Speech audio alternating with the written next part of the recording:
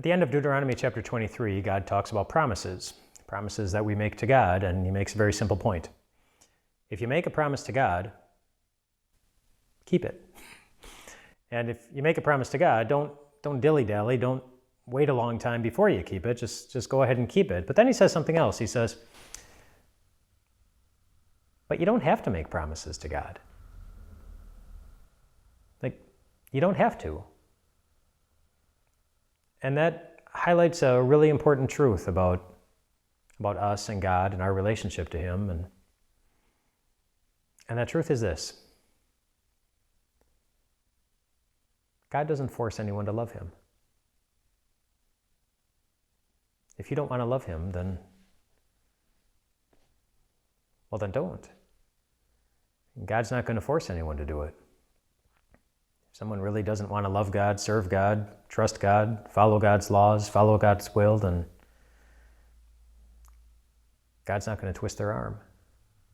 He's not going to compel them to do that against their will.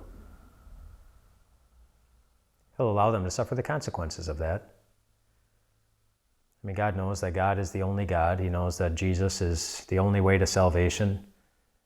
He knows that the laws that he gives us really are the best ways that we can live, best for our relationships, best for our lives, best for our peace of mind. God knows all of that, but he's not going to force anyone to put all of that into practice and how they live and how they act. And God doesn't force anyone to love him.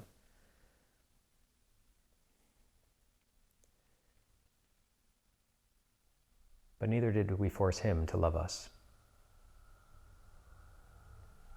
That was entirely his choice.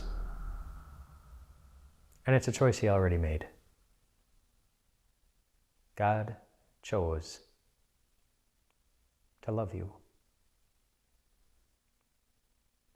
That's the choice he made when he sent Jesus.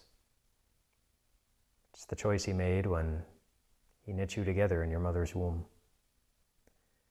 It's the choice he made when he continued to sustain your life and put you in a world that can give you everything you need for your life, even if you didn't happen to think about him from day to day. But we see it most clearly at the cross, when God made a choice to do whatever it would take to love you forever. And you can't undo that. And God won't take it away. And he won't change his mind.